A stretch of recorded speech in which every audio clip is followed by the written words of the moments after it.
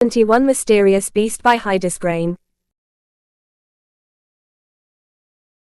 Being thrown out of his master's hideout definitely felt bad, and Jason wondered how his soul bonds were supposed to come to him, as they were also thrown through the spatial portal, which woke him up from their sweet dreams.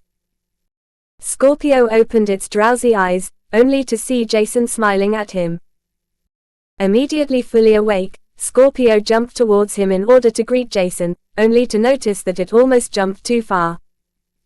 Feeling its increased strength, it was overjoyed as it rubbed its rough and slightly spiky exoskeleton at Jason. Artemis also woke up and noticed that her arch-enemy received Jason's whole attention, which she couldn't accept at all. Screeching out, she was about to grab Scorpio to throw it into the water as Jason caressed her plumage, which caused her to stop almost instantly.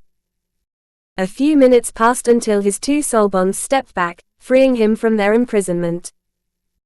Remembering Shane's words about his fortified soul conjunction, Jason wanted to enter his soul world and figure everything out, as he felt a pain in his soul world. Apparently, both Artemis and Scorpio were fighting over his soul energy, which ended with none of them receiving any of it. Jason himself had to divide his soul energy, and he could give either one the majority of his soul energy. Right now, he had 150 soul energy units, thanks to Scorpio's sudden metamorphosis and increase in strength, causing Jason to ponder how to divide it. However, Scorpio already owned and annexed 15 soul energy units of him. This meant that even if Artemis annexed the remaining soul energy units Jason accumulated over the last weeks, it would be useless, as there was still not enough vacant soul energy units for her to be stored within his soul world once again. After entering the evolved stage, Artemis' soul energy increased to 130 units, but unfortunately for her was that she was still maturing and growing stronger. Right now, her required soul energy increased to 140 units, and it was still growing exceptionally fast, even though Jason only fed her the lowest possible mana unblemished and magical ranked mana cores once in a while, which she digested slowly. This didn't cause her to feel less frustrated, which she showcased with a small blizzard enveloping her, and Jason had to try his best in order to calm her down. Allowing Scorpio to annex 45 additional soul energy units, he immediately entered Jason's soul world, where one could see a paper-thin manifested connection between both Jason and Scorpio. Jason already predicted that, but upon seeing that the connection was extremely thin, he began to wonder if he could fuse with Scorpio like Till did, with the same speed and degree. But even before he could continue his train of thoughts, Jason felt his whole body itching, as his strength began to amplify thanks to Scorpio's shared strength through the soul world core. Normally it would take longer for the whole amplification from the soul world core to reach him in order to strengthen his physique and enlarge his mana core size, but it seemed like the fortified soul conjunction caused the whole process to accelerate, which was good to know for the future. Feeling his skin becoming tougher, while his bones and flesh were strengthened, Jason understood that Scorpio's evolution relied more on his endurance and exoskeleton rather than a mana strengthening or anything else, as his mana core size only increased by a small margin compared to the rest. He didn't reach a higher rank through the amplification, but his physique became tougher, while his mana core size increased slightly. With his body still itching, Artemis squeezed herself on his shoulder in order to mark her territory, as he stood up in order to go home to the Flays house.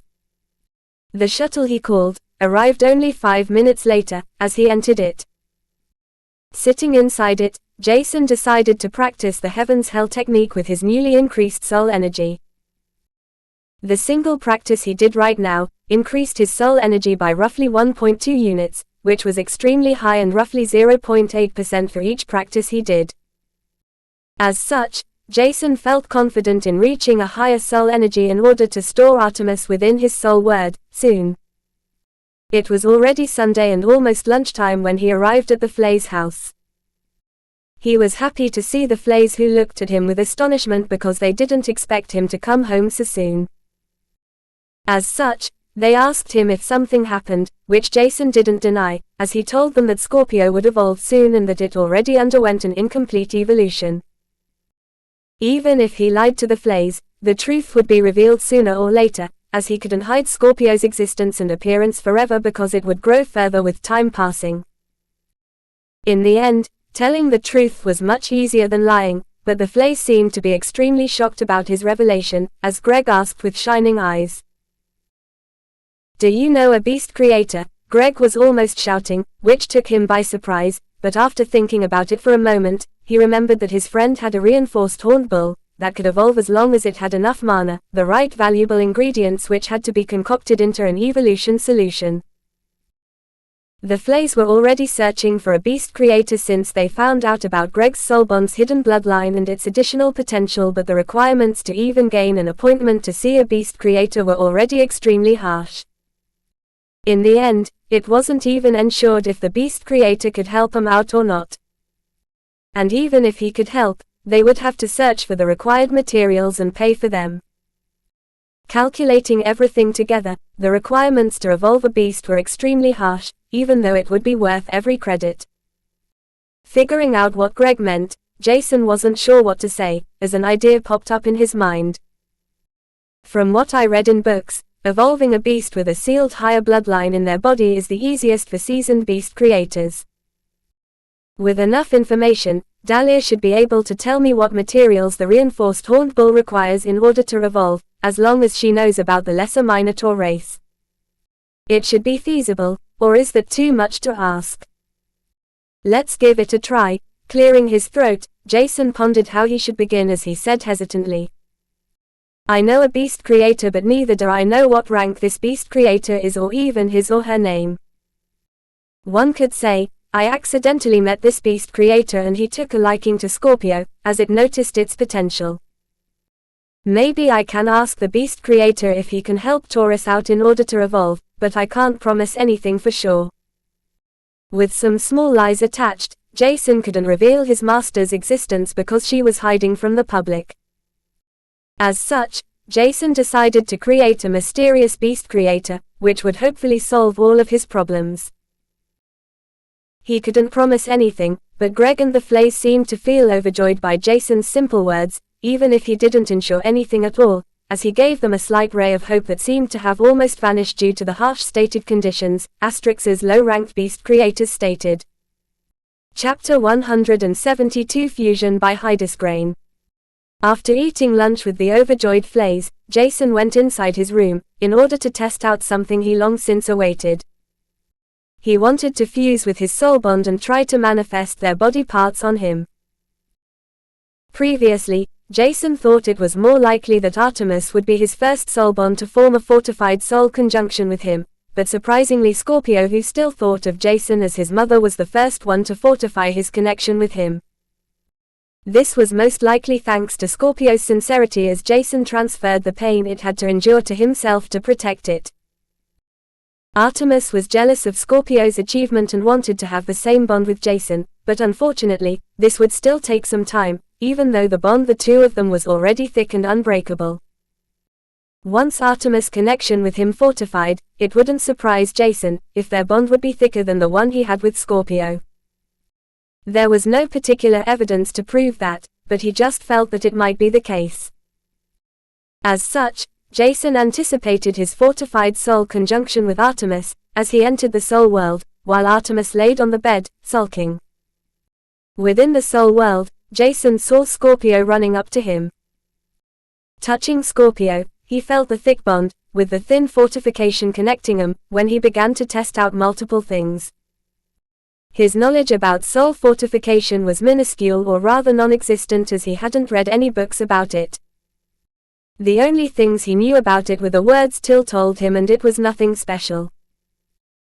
He wasn't even sure what exactly he should look out to manifest parts of Scorpio's body on him. What exactly is a fortified soul conjunction? Jason asked himself, as he tried to remember Till's word in addition to his own assumption. A fortified soul conjunction is the extremely distinct connection between the contractor and its soul bond. Both can't be separated anymore and can even be considered a single entity, which allows the contractor to fuse with his soul bond, manifesting its body parts, like wings, claws, and so on. As he thought of these words, Jason was even more confused. Does this mean Scorpio exists within me and can't live if I die? What about the other way around? Will I die if Scorpio dies? And to what degree can I manifest Scorpio's body parts? He is only 80 centimeters, which means I can't cover myself with his complete exoskeleton, or can I? Can I even manifest anything except his exoskeleton? What about its claws and stinger? How do I manifest them? There were too many unanswered questions, but nobody could answer them right now, which forced him to answer them by himself. Trying to instruct Scorpio with a few things it should try, Jason left the soul world. Standing up, he waited for something to happen, as he initiated Scorpio to start the experiments. But nothing happened as minutes passed, which caused Jason to wonder if he made a major mistake. Do I have to accept Scorpio as well? Like giving him permission? Thinking this could be the solution, Jason tried to enter his soul world only partially, testing out if he could open a door between each other like this, but nothing happened. Suddenly, he noticed something within his mind, where the soul world was placed as a marginal-sized golden dot that could barely be discerned by Jason. Keeping his focus on the dot, Jason forcefully thought about opening a door between him and the soul world, as the dot began to increase in size, crushing the wall between contractor and soulbond. It was painful but bearable, as he entered the soul world to take a look at what happened right now. From within the soul world, he could only see Scorpio slowly approaching a large golden gate that suddenly appeared out of nowhere with a small open gap within it. And just like that, Scorpio vanished, as Jason's whole body began to itch violently, and it felt extremely weird, as his mana core increased in size, while his physique was strengthened. What? There was no pain like it was the case with every shared amplification from his soul world, and it felt more like he was infiltrated by something familiar and still strange. Leaving the soul world, Jason looked at himself with his mana eyes, while he scanned himself at the same time. He immediately figured out that his mana core size and physique received a boost to the 8th adept rank and even further, while something particular resided within his mana core, which shocked him. Even if Jason didn't know how Scorpio entered his mana core just like that because it was connected to everything in his body. Is that how it works? Jason asked himself, as felt that Scorpio could do whatever it wanted to within his body. Has everyone such a high amplification like I do, or is this also thanks to my unique soul? He didn't know for sure, but it wasn't important for the moment. Smiling dryly, Jason wanted to test out something particular, that might be able to increase his combat prowess by a few folds. Transmitting his thought to Scorpio within his mana core, while thinking about it at the same time, Jason felt his coccyx itching, as a searing pain spread through it. Suddenly his jeans bulged, as he heard a ripping sound. Running towards the mirror in his room, Jason felt something growing from his coccyx with an extremely slow speed, as he looked at the mirror in shock. Damn! Jason exclaimed with an almost childish voice when he saw a green, bluish stinger growing out of his lower back, with a size of roughly half a meter. Even though it looked extremely cool, Jason immediately noted a downside. It took an extremely long time to fully grow, and he thought it might have something to do with the paper thing fortified soul conjunction, or because it was their first try. Trying to retract and extract the stinger multiple times, the growing speed increased slightly. But even so, it still took a long time, and Jason concluded that it was because their bond was still not completely stable and the time they knew each other was also short. As such, Jason was confident that everything would become better with time passing. There were only two downsides with the fusion ability, Jason almost immediately noticed.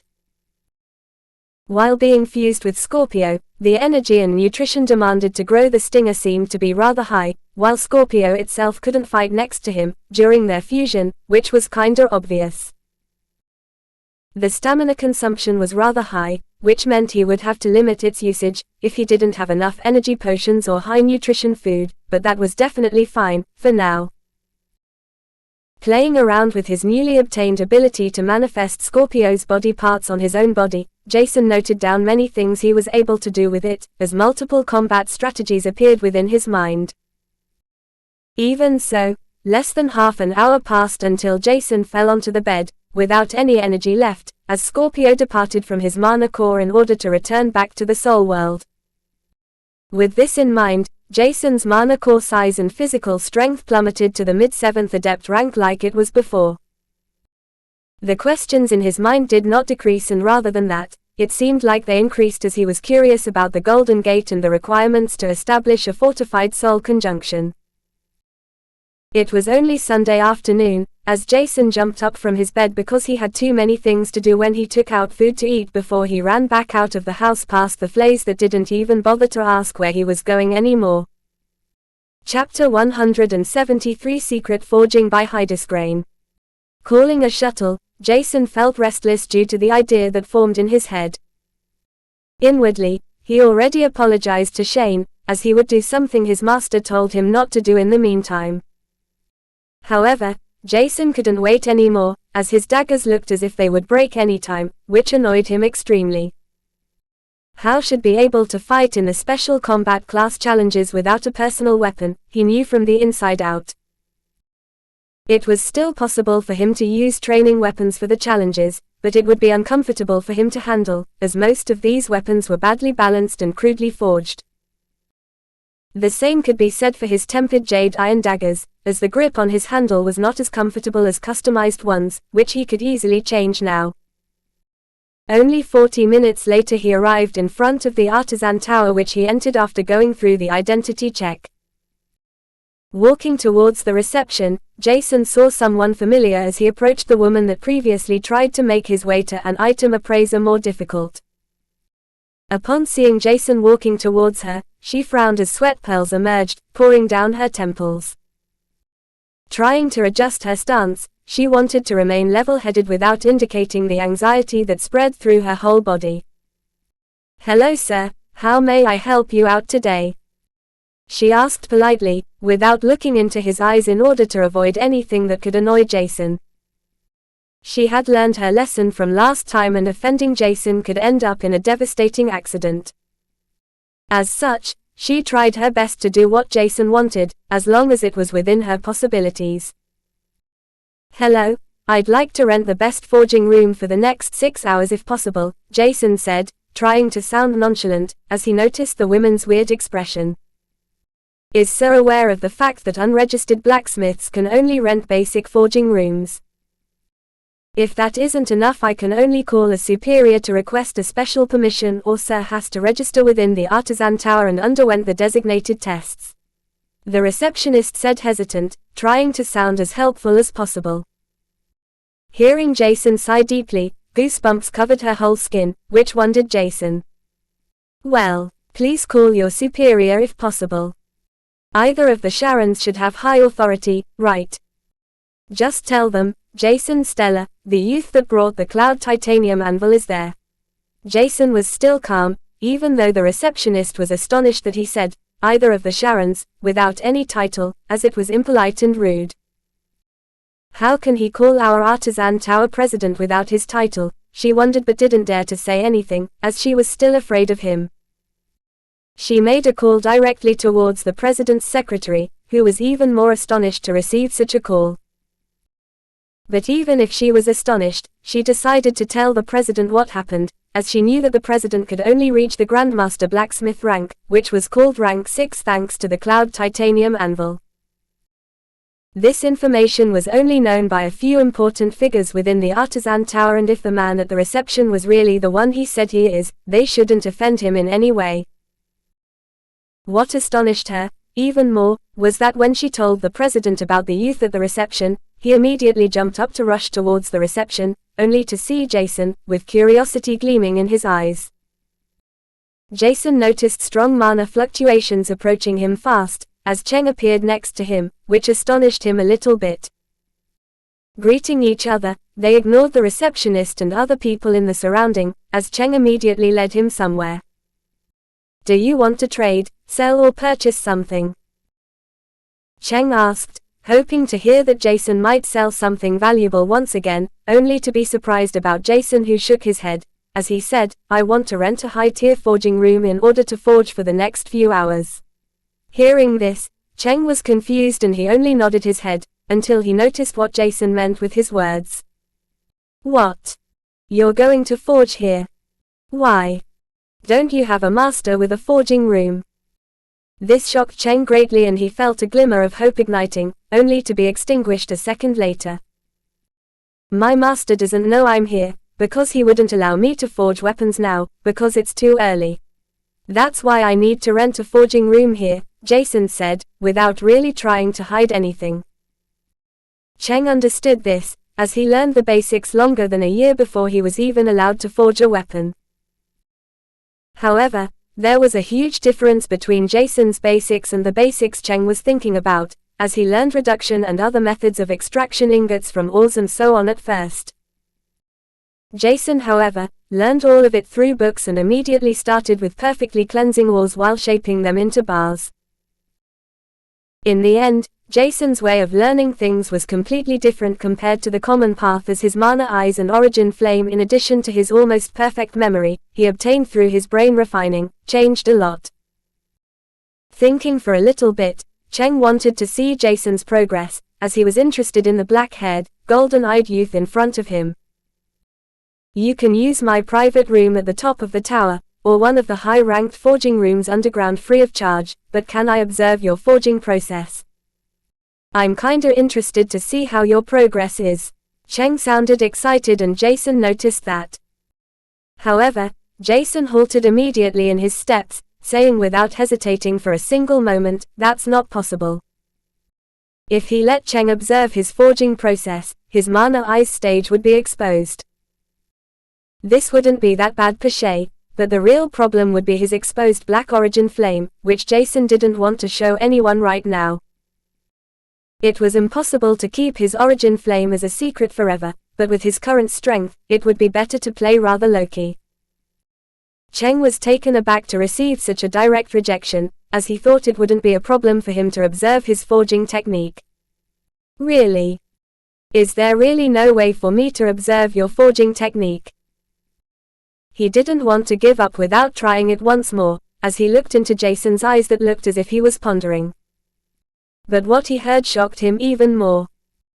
It is possible for you to accompany me during my forging process, but only if you sign a soul contract with some extra paragraphs. What? Cheng couldn't believe what he heard, but seeing Jason's serious expression, he knew that the youth in front of him wasn't joking a tiny bit. Seeing his seriousness about the matter, Cheng became even more curious about what Jason was hiding, and he pondered if he should accept his demand or not. You probably don't want me to tell anyone what I'll see in the forging room, right? What exact extra paragraphs do you have in mind? Quote. Chapter 174 Quasi by Hydesgrain. Jason was astonished to notice that Cheng was considering signing a soul contract with him, which he would have never imagined before. Is he really that interested in my progress, or is it something else that attracted his attention? He pondered, and it might have been wrong for him to mention a soul contract that could have made Cheng curious. However, he already said so, and going back on his words could end up in a worse situation than letting the Artisan Tower president watch over his forging process after he signed the soul contract with him. Pondering for a second, Jason stated a few things he found important. If you want to observe my forging process, you're not allowed to tell anyone about it, which includes writing it down anywhere. Recording it and any other means to spread what you saw is also strictly forbidden. Furthermore, if anyone asked, you have never observed me forging anything within the Artisan Tower. If the receptionist tells anyone about me trying to find a forging room, just tell them that you know me from your daughter and that you brought me to a forging room, because you took a liking to me. After a short chat I left, okay. Other than that, you should never try to find out who my master is or where I learned what I can do, alright? And additionally, everything we are talking about today will be kept a secret, forever. Saying so, Jason released a thread of his soul, that was shaped into a piece of paper, as he wrote down the paragraphs he said before in an orderly manner. If you agree to the previously stated things, please sign the contract and we can continue, Jason said, smiling brightly in order to lighten up the tension which builds up between both of them. He might be overbearing right now, but it was extremely important for him to not reveal his black origin flame at the moment, because he couldn't protect himself, yet. Seeing Jason smile, released the tension accumulated within Cheng slightly, but the stated facts were more detailed than he thought, as he read through the almost transparent soul contract in front of him. They were slightly different than what Jason said, but the content was roughly the same. Everything stated prevented him from leaking anything he would see and hear from Jason. Furthermore, it would be as if he had never asked the youth in front of him to observe his forging process. As such, everything would be kept a secret from anybody. The only thing that annoyed him slightly was that it was a one-sided soul contract without any binding force towards Jason. Jason could also undo the soul contract if he wanted to, which was unlikely to happen. Pondering for a moment, Cheng noticed that he grew even more curious than before, as it was impossible for nothing special to happen if Jason tried too hard to keep everything a secret. As such, he signed the soul contract as his curiosity and impatience were the worst characteristics he had. After Cheng signed the contract, Jason sighed in relief, as it was the first time for him to do something like that. Small sweat pearls poured down his temples, but that was it, and the tension between both of them almost immediately dissipated as they went towards Cheng's private forging room on the highest floor. Walking towards the forging room, Jason noticed that there was not a single person who saw them, which wondered him quite a bit. Cheng noticed Jason looking around, as he explained to him. "There won't be anyone who might see you, because the path towards my forging room is solely for me, because others distract me easily, which is prevented like that. Sometimes an idea pops up in my head and I have to immediately try it out. After being multiple times distracted on my way towards the forging room, I told my secretary and everyone on the highest floor to keep the hallway towards my forging room free." Jason found this weird, but he only nodded his head as if he was agreeing to Cheng's way of thinking, only to see enter the forging room, which was even larger than the one Shane had. But upon scanning through everything with his mana eyes, he felt disappointed. All tools, the force, smithy, and so on radiated a weaker color than he was already adjusted to all the time within Shane's small and comfy forging room. Sighing deeply, Jason looked at Cheng with a piercing gaze as he asked, "Can I begin now, or is there anything I should look after?" Seeing Jason so unbothered about the high-graded equipment he collected over the period of several dozen years felt upsetting, but he couldn't say anything against him, as he estimated that Jason's master was a higher-ranked blacksmith than he was. "You can start whenever you want to, just treat everything here as if it belongs to you," Cheng said, as he saw Jason taking out dozens of basketball-sized jade iron ores. This was nothing special, but upon seeing a black flame igniting in Jason's hand, the origin flame within him shrieked out in fear, before it floated as far as possible from the black flame Jason ignited while staying within Cheng's soul world. "What is wrong?" Cheng had never felt any emotion from his D-rank origin flame, and now a deep sensation of fear and submission overwhelmed him. He didn't know what was going on, and roughly the same applied for Jason with an important contrast. His black origin flame transmitted him the desire to infiltrate Cheng in order to devour his origin flame, which worried Jason a little bit.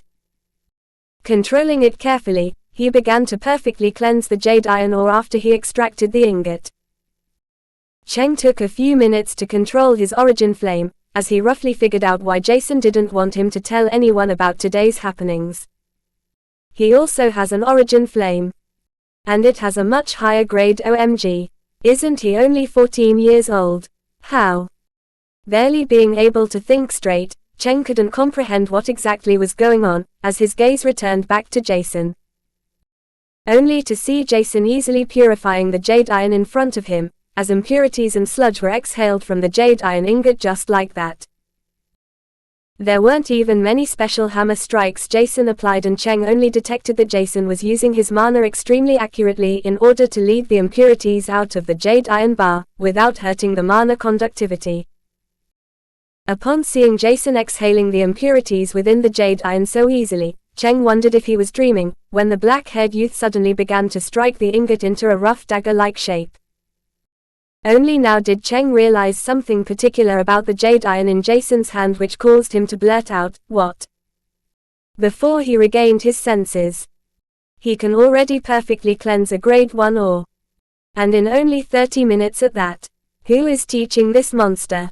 OMG, if I could only tell someone. Cheng regretted his decision to have signed the soul contract. Hours passed and Jason was fully focused on his forging process, and he even forgot that Cheng was present, when he took a look at the brightly green shining dagger in his hand that was 30 centimeters long and razor sharp. Smiling while looking at his first well-done product, Jason saw the familiar faint black color radiating from it, and he immediately knew that the dagger was already a top grade 1 product, which shocked him. It was only his second try to forge a weapon, but his second try was already a few hundred times better than his first one, as he applied multiple newly acquired techniques in order to temper the blade better and produce a more aesthetic-looking dagger.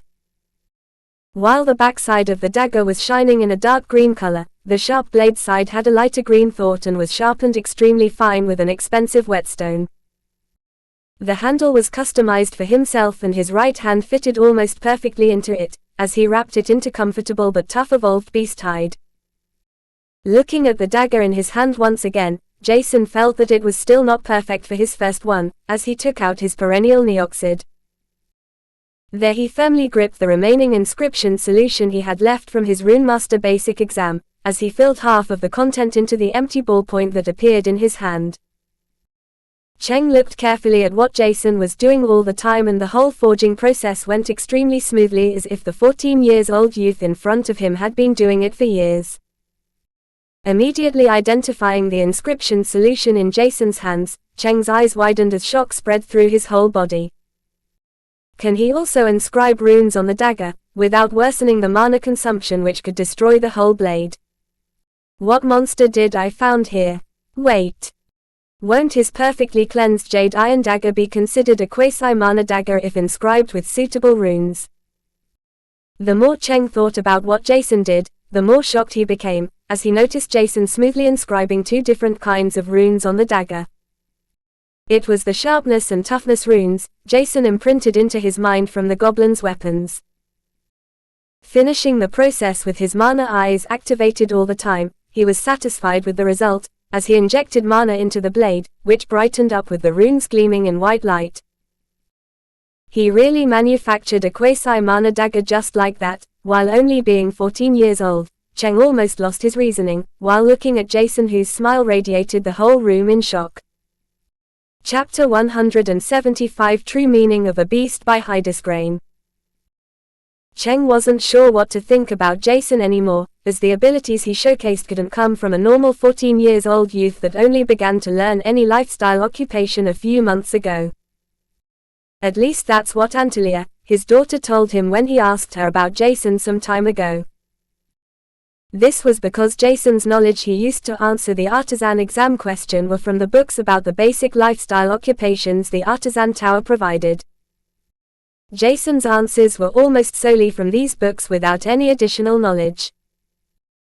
As such, Cheng had to conclude that Jason's knowledge was either only recently acquired or he intentionally tricked his daughter during the exam, which was more likely. How long is he already learning the path of a blacksmith? And he is even an upcoming runemaster. This youth is a monster.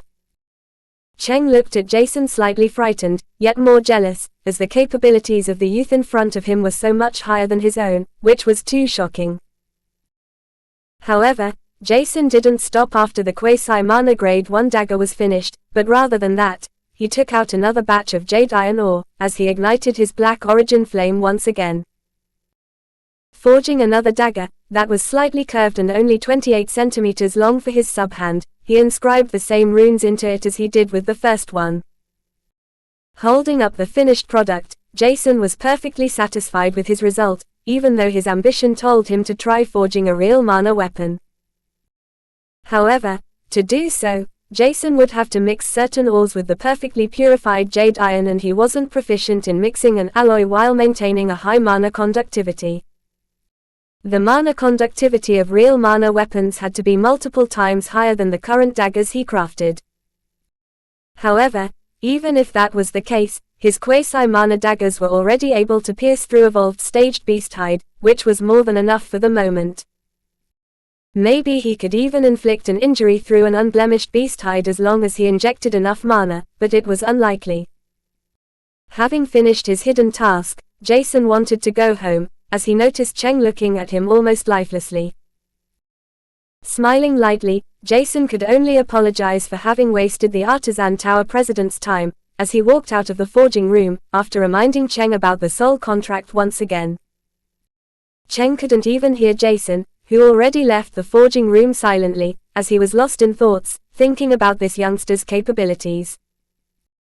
Regaining his senses after a long time, he only began to notice that there was nobody left with him, which left him a little bit disappointed, as he wanted to ask Jason way too many questions, which left him curious.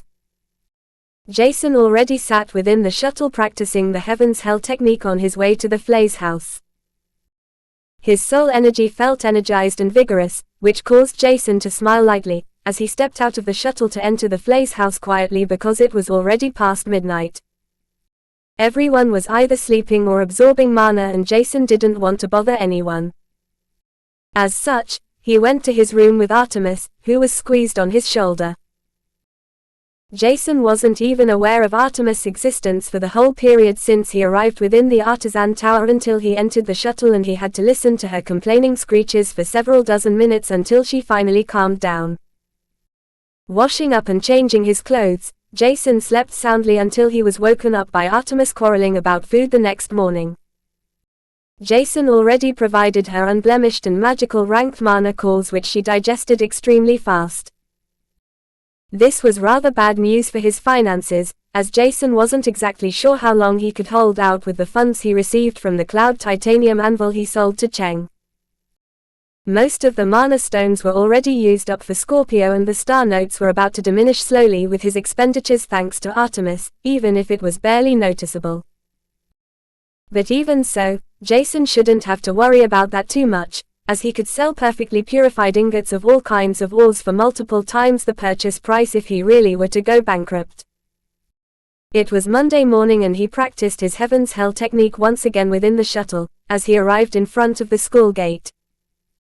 Even though Jason wasn't sure if Dahlia was fine or not, he wanted to look for her as he felt somewhat guilty because of what happened the day before. Arriving in front of the blue shining lake, Jason activated the covered rune, only to see the spatial portal appear at the same position as a day before. Artemis on his shoulder screeched out as he stepped through the portal into Shane and Dahlia's hideout. Seeing Shane in front of him with Dahlia next to him, supported through Shane's shoulder, Jason was immediately worried. Running towards them, he even forgot to greet them, as he blurted out, "Master, how are you? Is everything okay? I'm so sorry about what happened. If I knew Scorpio would evolve during the mana core cleansing and cause such a chaotic and dangerous situation, I would have never asked you to help me out." Jason sounded worried and continued to question her about her health, which caused her to smile weakly as she ruffled his hair. "Why are you so weak-willed? I offered my help and it's not your fault. Rather than seeing it as something bad, shouldn't we try to figure out what exactly happened? Isn't it interesting that Scorpio began evolving without any materials which could help to initiate an evolution except the thick, condensed mana? Let's both just take it as a lesson to prepare better for the next mana core cleansing. However, before that happens, Shane told me that Scorpio underwent an incomplete evolution. We have to evolve Scorpio in order to prevent possible permanent injuries, with the unknown possibility of a second evolution that could happen during the second cleansing. Scorpio has to finish his first evolution, which should be our first task for the next few days."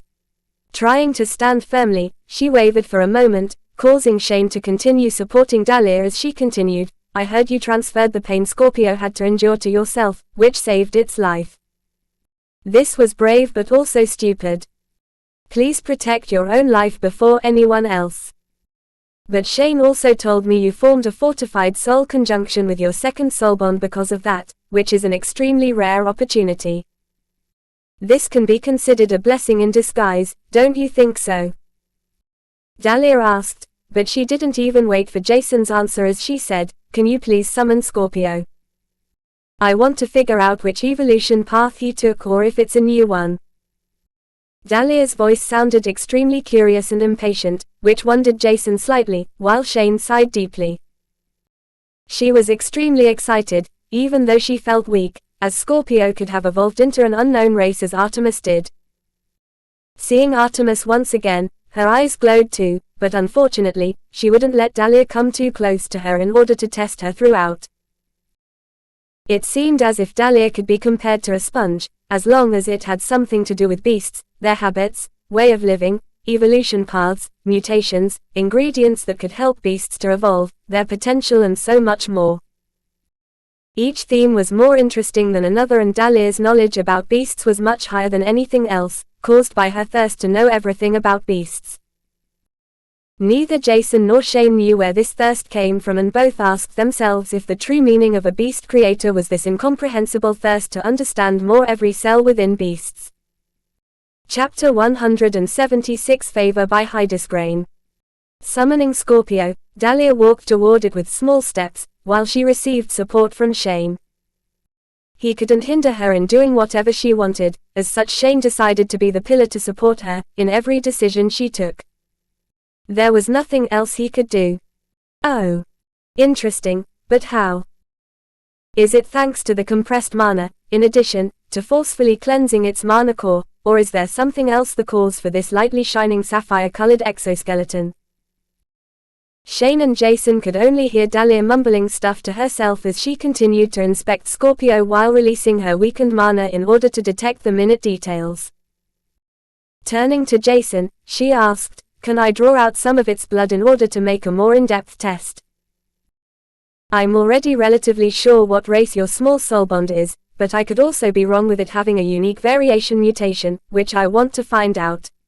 Nodding his head, Jason transmitted the thought to Scorpio, who looked at him as if he was betrayed, as a small syringe appeared in Dahlia's hand.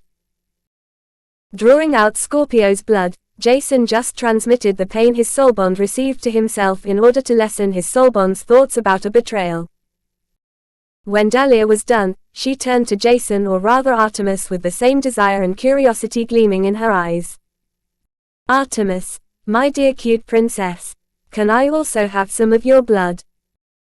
Dahlia asked, trying to suck up to her, but everything was useless as Artemis screeched out, rejected the proposal without hesitating for a single second. She didn't want anyone except Jason to touch her, and drawing blood out of her was even less thinkable for her. Jason smiled only at Artemis' reaction, and he knew that she didn't like it, even though he was also curious about the test result Artemis could bring. The amount of mana within her blood increased substantially, and if this continued for good, Artemis' mana and blood would be completely fused, enhancing every body part, without her doing anything at all. With this, she would most likely even be able to defeat beasts stronger than her, as long as she didn't have an innate disadvantage. But even if that was the case, Jason wouldn't force Artemis to do a test, she didn't want to. Dahlia left Jason and Artemis with a dejected face, before she took out a small and compact testing machine, which would test Scorpio's blood in order to find out similarities or contrast compared to certain other beasts. The test would take some time, and Jason remembered Greg's situation suddenly, as he voiced out his concern. Clearing his throat, he felt noticeably uncomfortable as he started, "Master, I didn't want to hide the fact that Scorpio evolved from the Flays, because it would be a hassle, and Greg, a good friend of mine who helped me out to come to Syro City, has a reinforced horned bull, with a sealed lesser Minotaur bloodline. Figuring out that I met a beast creator, they asked me if I could ask you, the mysterious beast creator I created, if there was a way for you to help Greg's soulbond to unseal his bloodline. I also want to help him, but I'm not sure if you can or want to help out." Dahlia looked at him without any noticeable emotions, which made Jason feel even more uncomfortable, as she said, "Well, helping out your friend shouldn't be a problem.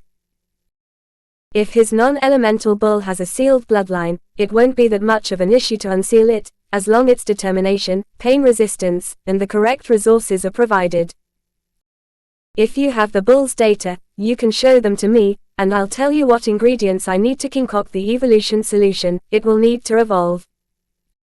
As long as they have the resources, I'll be able to concoct a potion or pellet in order to ignite the sealed bloodline. With that, the bull will have to endure endless pain like Scorpio did, as it will undergo a small transformation. The most important fact for this transformation will be the amount of mana in the surrounding. With enough mana, it might even finish its evolution directly, but the required amount is extremely vast, as you might have already noticed. As such, Greg and the Flays should already start to collect a mountain of mana stones in addition to the magical treasures I'll name later. This will take a rather long time even for above-average households. In the end, a slow unsealing process should be easier but more painful for both Greg and his soulbond to endure. Even so, it's the faster process, as the bull will metamorphosis and enter a maturity process once again, exactly like your two soulbonds. When Dahlia finished, she looked at Jason, who showed multiple emotions at the same time. On one side, he was extremely happy for Greg to be able to evolve or rather unseal his soulbond's bloodline, but if his friend had to endure the same pain as he did, it would be a devastating process. In the end, it could even harm Greg's mental health, but Jason was confident in his friend's endurance.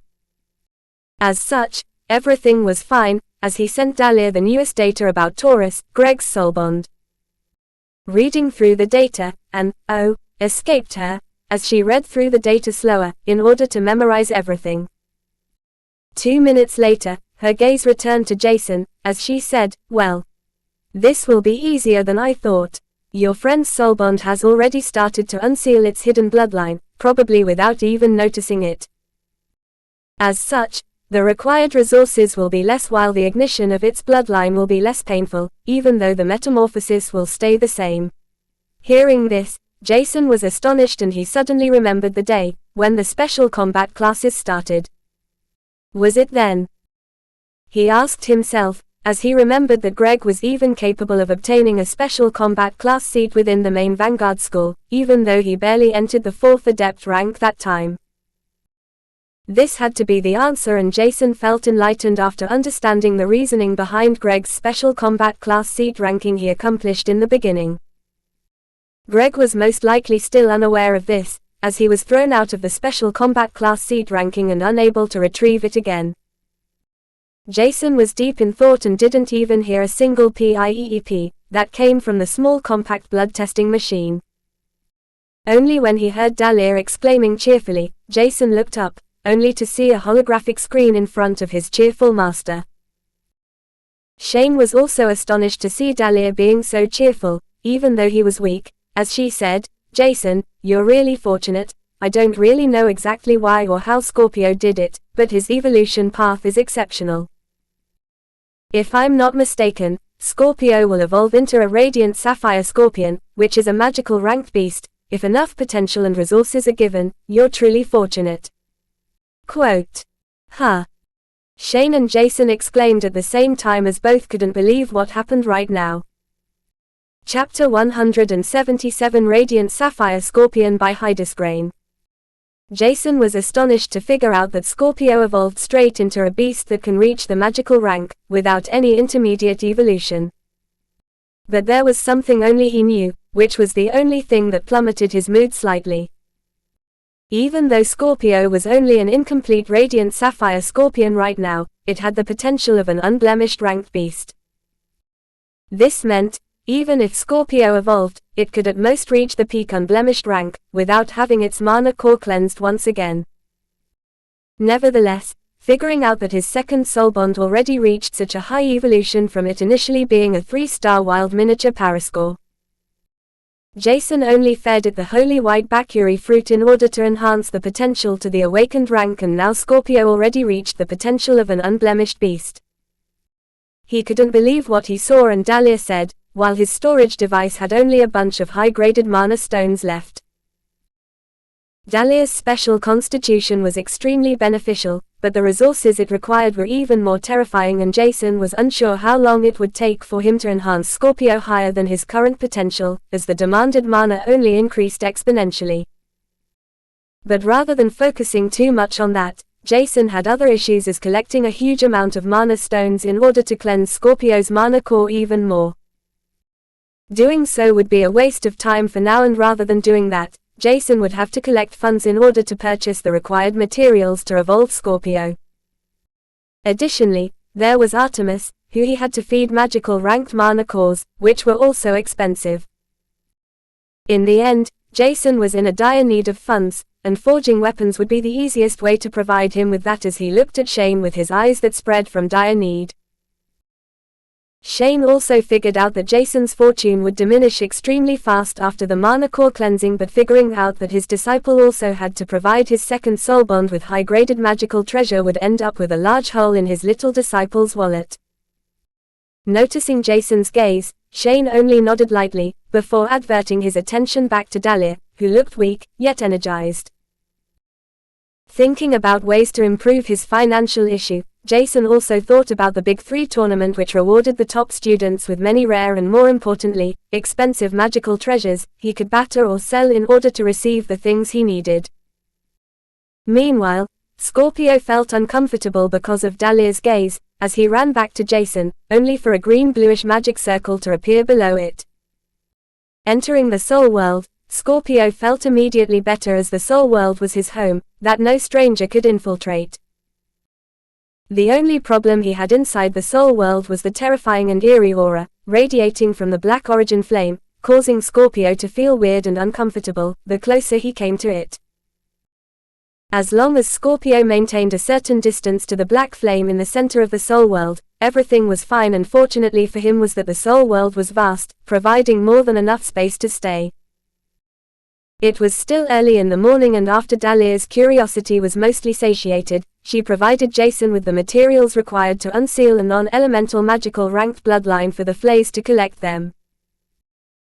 She didn't care if others find out what ingredients exactly were needed to unseal Greg's Soulbond's bloodline, as the method to concoct everything together was only in her mind, while many other high-ranked beast creators might use different approaches to unseal a non-elemental beast's bloodline. Reading through the list Dahlia sent him, Jason figured out that he knew most of these materials, but their price was astronomical due to their scarcity. Well, it seems as if the Flays have to suffer for some time now, he thought while smiling dryly, as he noticed since a few weeks ago, that Mark and Gabriella were at home all the time, not minding to hunt or catch any beasts in order to gain credits. This would most likely change now, as the Flays would have to work hard in order to provide Greg with some financial aid. If they didn't provide any financial aid to Greg, it would take years for him to gather enough funds, which would decrease his overall progress by a lot. Even with their help, it would probably take a few months to gather the funds. Suddenly, Jason noticed that he received another list from Dahlia, and the content written inside the file were magical ingredients that were even more expensive, causing him to frown deeply. Sighing out, he immediately knew that the second list of magical ingredients was required for Scorpio to finish his evolution, instead of staying incomplete. From his initial 1,000 star notes, Jason used 300 in order to purchase new self-cleaning clothes, magical ranked mana stones, and much more, while the mana stones he had were redacted to 5% from the prior mountain. Even so, it would still be enough for him to hasten up his cultivation process if wanted, or for Scorpio to absorb it in order to strengthen itself for quite some time. As such, Jason wanted to use only 500 star notes from his funds at most, in order to purchase the high-ranked magical ingredients, which was roughly half of what he most likely needed to obtain everything needed. As such, there was still a need of 500 star notes or 50 million.000 credits. Thinking for quite some time, Jason wondered how much he could receive from a perfectly purified grade 1 bar or even a quasi-mana weapon, as he opened the online shop in order to start a small research. For one of his quasi-mana peak grade 1 dagger, Jason could receive roughly 500,000 credits, due to its status as a quasi-mana weapon. If it were a real mana weapon, its damage output and even more so the price would soar tenfold if not more. Calculating with his current capabilities, Jason could forge a quasi-mana grade 1 weapon rather easily within 4 hours without accident. But even so, Jason's mood was extremely bad, as he continued his calculation. If I have to produce 10,000 weapons like my dagger, I'll need 40,000 hours or 1.666 days, without any sleep. No. Jason cried out, attracting Shane's attention, as he saw his terrified gaze. Smiling knowingly, Jason immediately figured out that Shane felt with him, which didn't mean he would supply him with financial aid. Rather than that, Shane wanted Jason to grow stronger faster, and one had to fail in order to stand back up. Without failure there won't be success, and Shane was sure this challenge would be important for him to overcome. Jason could also take an easier path, by selling a large number of herbs and ore he stockpiled, but this would be too easy and hinder his future progress. As such, Shane didn't say anything at all, while holding Dahlia, who was also aware of Jason's current thoughts. Chapter 178 Materializing Rift by Hydesgrain. Even though it was still morning, Jason wanted to go into the forging room to perfectly purify as many jade iron bars as possible in order to craft a dagger, only to make some inscription solutions as soon as possible.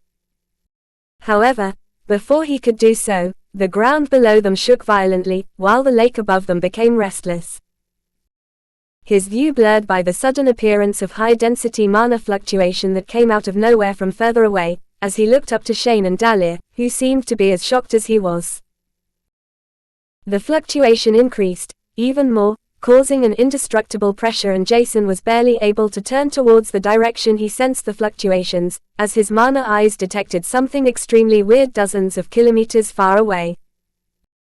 Normally, he could barely see mana fluctuation 1 kilometer away from him, and the only exception was the mana vein below Syro City, as it was hundreds of kilometers below the city, while Jason could still see it.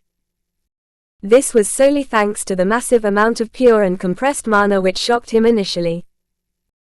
However, the bigger issue right now was that Jason saw a small dot, dozen of kilometers away from his current position, enlarging, while the density he perceived seemed to grow thicker and thicker. FK, Jason blurted out, and his masters noticed him looking straight towards the direction they discerned the mana fluctuations, as Shane sighed deeply before asking. Can you see a carrot bluish black dot with an extremely thick mana density and high purity?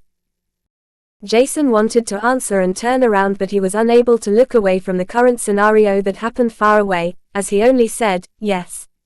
This dot is also enlarging, before he could once again hear a deep sigh.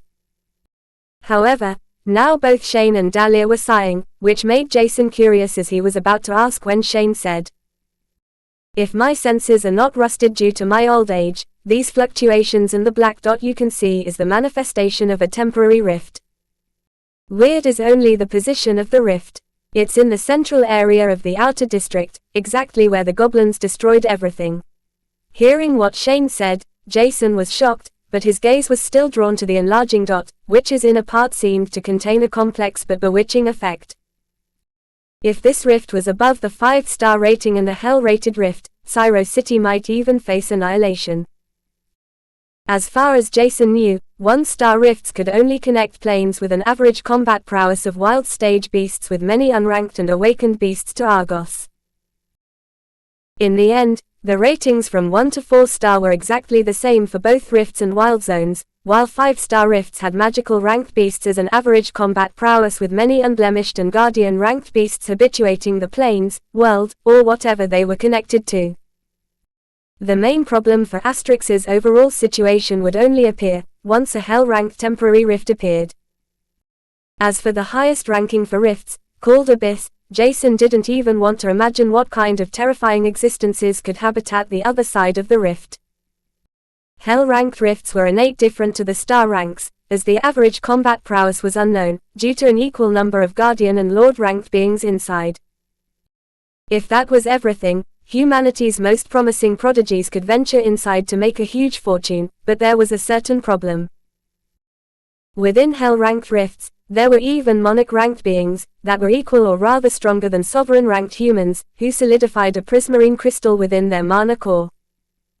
Jason only found out what the rank after the Lord rank was after pestering his master for a long time.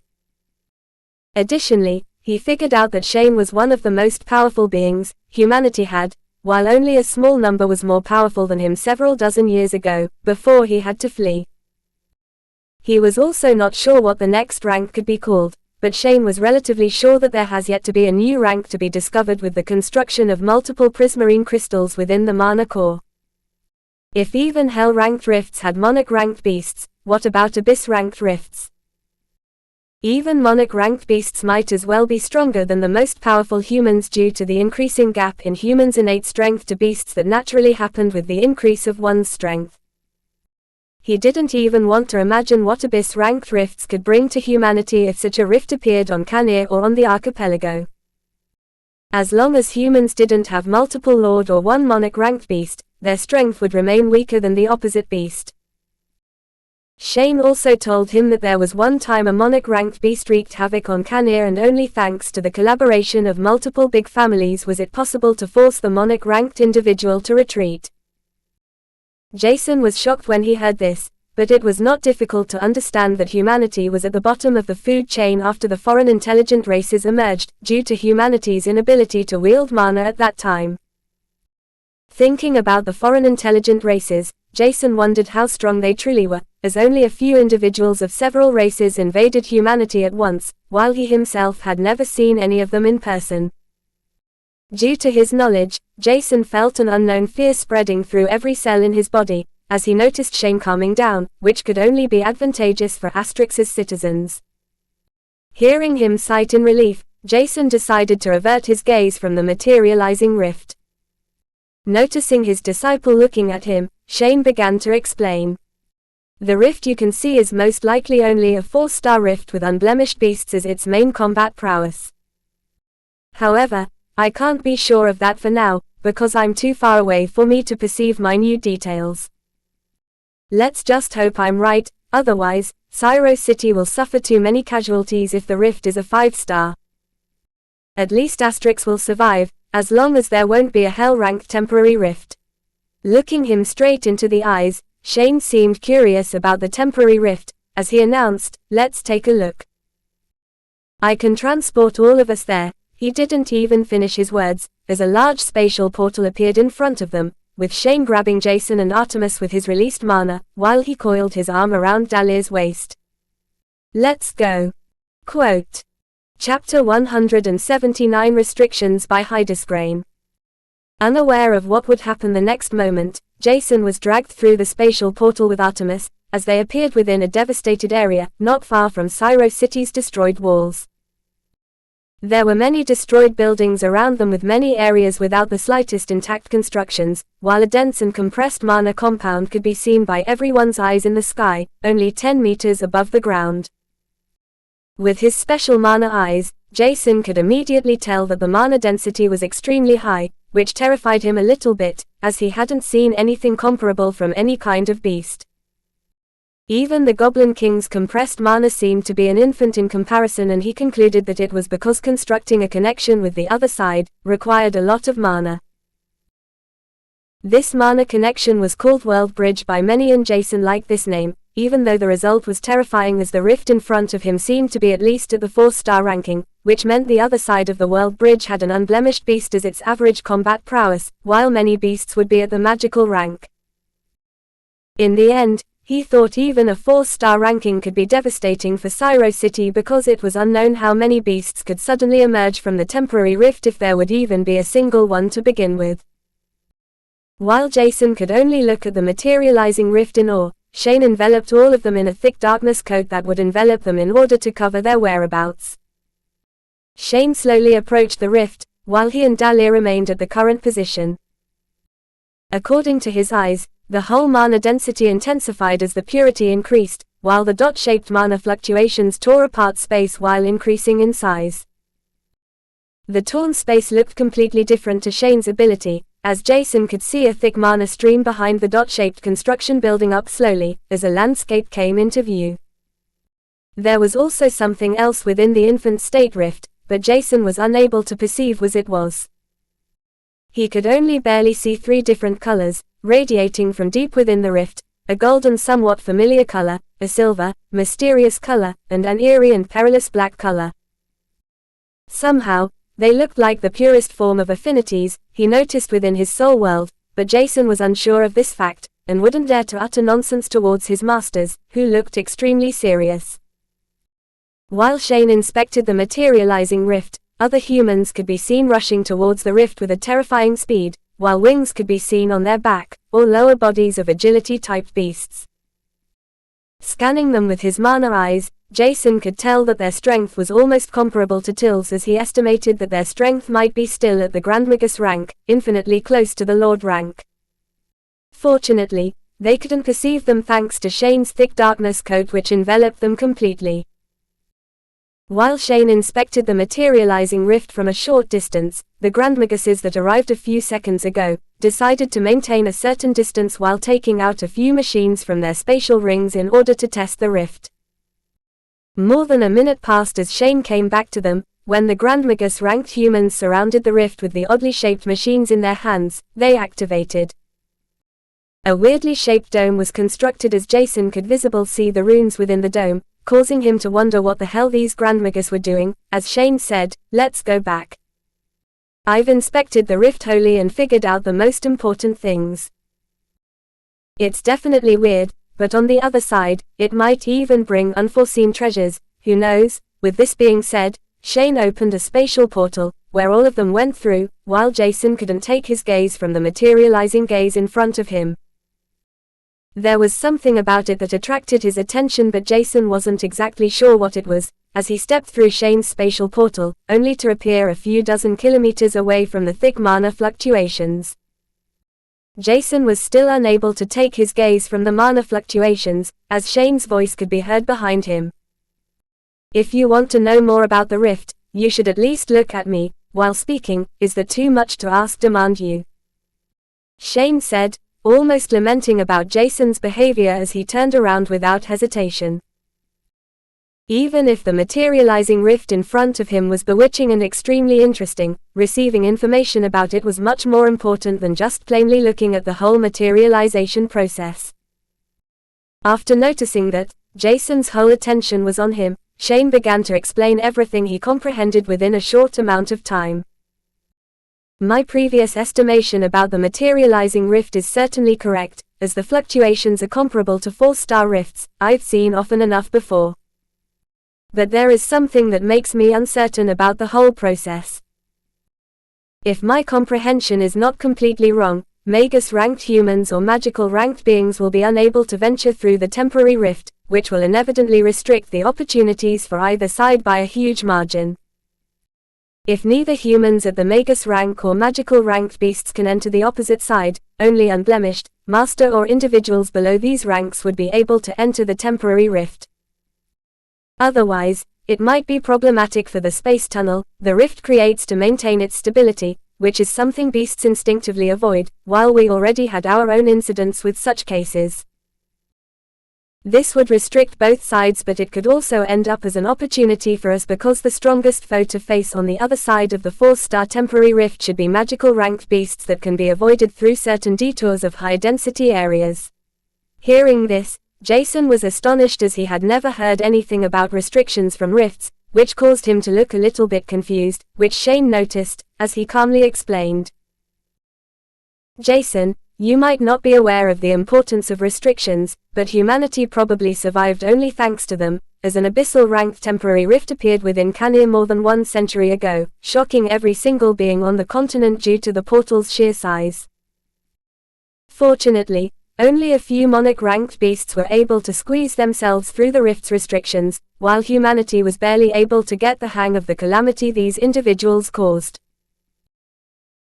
Every rift has its own restrictions due to the accumulated mana it innately has, and apparently Syro City is extremely lucky with the restrictions preventing any magical ranked beasts to emerge out of the portal, as some rare and terrifying existences might even be able to conceal themselves and venture through the city, without anyone noticing them until it would be too late.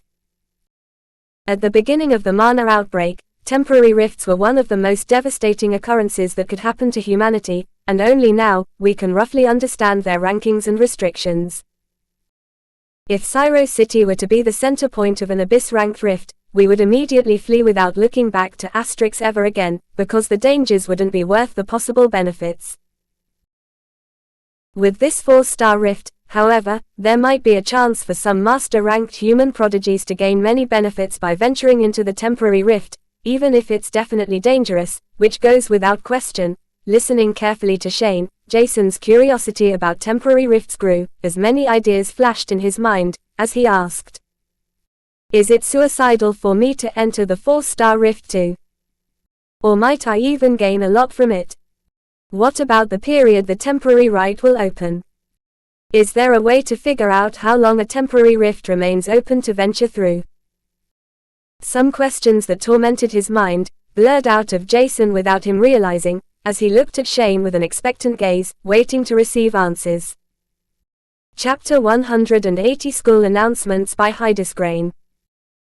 Looking straight into Shane's eyes, Jason was expectant to receive a pleasant answer. However, unfortunately, he was left disappointed with Shane's serious explaining, "You shouldn't even remotely think about entering a 4-star rift with your current combat prowess. You're simply too weak, and you can at most defeat weaker evolved ranked beasts thanks to your elemental affinity. However, their strength is multiple times higher than yours, while they can retort with their own affinity attacks. If you can't defeat an unblemished beast, your life will be under a constant threat, without a high chance to survive. Trying to adventure through the rift for the sole reason to find treasures that will solve your financial problem is stupid and arrogant. Even fighting against beasts at the same rank, you shouldn't be too full of yourself. With your physique and mana core size, you'll be able to fight mid-awakened beasts easily, but without your affinity, even peak-awakened and the weakest evolved ranked beasts will tear you apart as if you're a piece of paper." This was definitely not what Jason wanted to hear, and his facial expression showed this, causing Shane and Dahlia to smile dryly, as they could roughly understand the disciple's reasoning. When Shane continued, Jason's facial expression soured even more. "The 4-star rift is only a temporary one which will dematerialize in a month from now on. Within a month you'll never be able to reach the required strength to survive on the other side. I'm sorry, but you won't be able to use this opportunity." Even though Jason was stubborn, it would be stupid for him to enter the rift just like that. But it still hurt his heart slightly, as he wanted to experience how the other side of the rift would look like. Were there buildings from other civilized races, or only nature in its purest form? What kind of unknown magical treasures, beasts, herbs, ores, and mysterious things exist there? He wanted to know everything, and reading books solely began to bore him, as it was a one-sided action without pushing his adrenaline higher. In the last weeks, he hadn't left Syro City for a single time, with the last adventure being his journey through the Goblin settlement. He felt as if he was imprisoned within Syro City, even if he had more than enough tasks to focus on. If he continued everything according to his own plan by increasing his combat prowess as well as possible, without being hindered, he wouldn't leave the dome for quite some time. But was that really what he wanted? If Jason was honest, he wasn't sure what he wanted to do, because it was obviously extremely dangerous in a place with unblemished ranked beast as the average combat strength. Even so, Jason grew more curious about the other side, and he tried to find a solution to satiate his desire, without doing anything suicidal. For him, it felt like the last few weeks were just too one-sided with his affinity training, forging, Heaven's Hell practice, and so on. There was an indestructible demotivation spreading slowly through every inch inside his body, planting inside his heart, which only Jason could feel. Jason was sure, if there wasn't a change in his schedule soon, he would go insane or maybe feel unmotivated to do anything at all. After discussing and explaining the incident about the sudden materializing rift with other facts that involved the rift's appearance, Jason understood rifts much more. Because it was still early, he had more than enough time to cleanse other grade 1 ores into purified bars in order to become more proficient with the different types of cleansing processes with all kinds of ores, which was necessary to build a strong foundation. Time passed slowly, and it was already lunchtime when he practiced the Heaven's Hell technique inside his soul world in order to increase his soul energy to 154.8 units. Thanks to Artemis and Scorpio's high demand on soul energy, Jason was required to have 200 soul energy units in order to store both of his soul bonds inside his soul world, with an additional 0.01 soul energy unit for his black origin flame, which lustfully gazed at the vacant soul energy inside his soul world. His black origin flame was already extremely powerful without having annexed a single soul energy unit, and Jason wanted to nourish it with soul energy. The only problem was that he wanted to take one step after another.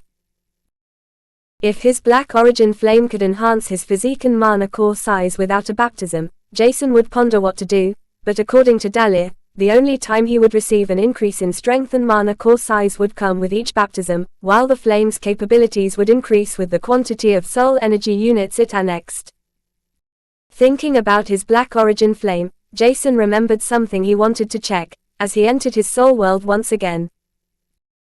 Previously, he wasn't sure if the black origin flame was comparable to a normal soulbond because it required a normal soulbond contract, but after checking what he wanted to figure out, Jason was astonished to see that the thin connection between him and the black origin flame became thicker, even if he already expected this outcome. His eyes widened and his mind was tormented with multiple questions, as a escaped from him, which was noticed by Shane and Dahlia due to their high mana core rank and exceptional senses. They would never distract the disciple during his soul energy refining process, but it seemed as if he was done, as they came closer to Jason. "What's wrong, Jason? Is there an obstacle or something, hindering you in your Heaven's Hell practice, or has something else happened?" Dahlia asked while Shane stood next to her equally curious, as Jason looked straight into Dahlia's eyes.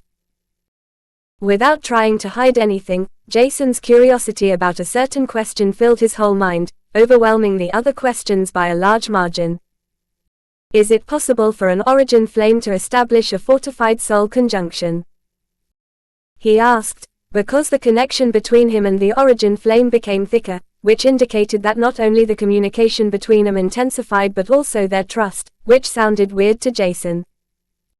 Nodding her head, Dahlia pondered how to answer this question in order to satiate Jason's curiosity, because his eyes seemed to pierce her with his thirst for knowledge. "Well, that's difficult to answer. Yes, because the connection between the contractor and soulbond origin flame will be strengthened with the compatibility between both increased due to constant usage. At the same time, I want to answer this with a no, because even after using my silver origin flame for more than 100 years, I wasn't able to establish a fortified conjunction with it, and I haven't heard about a single human capable of doing something like that. Nobody knows if it is really possible, but according to our knowledge about the soul world and soul bonds, it should be. Some tried to experiment with their origin flame in order to establish a fortified soul conjunction without any results. As such, humanity gave up on their experiments for the time being, until everything about the constant threat of foreign intelligent races and strong beasts would lessen around them with a tranquil ground to continue experimenting. A few theorists think that the innate compatibility of one's soul world towards the particular origin flame is important, while other theorists say that the constant usage of the origin flame would be the final solution. Jason nodded his head, after listening, as he remembered his soul world trembling when it perceived the existence of the unawakened black origin flame. Was that a sign? He wondered, but there was obviously no answer, and he could only disregard this thought for the time being, as his quantum bracelet vibrated violently. Looking at his quantum bracelet, he noticed that it was only an announcement from the Vanguard School, which he wanted to disregard, as he subtly glanced at the content. School announcement. Special combat classes will be cancelled for the next 3 days. Normal combat classes will be continued with the special combat class seats joining them. Is that because of the 4-star rift? Jason asked himself, with the weird feeling that the next few days could change a lot for him.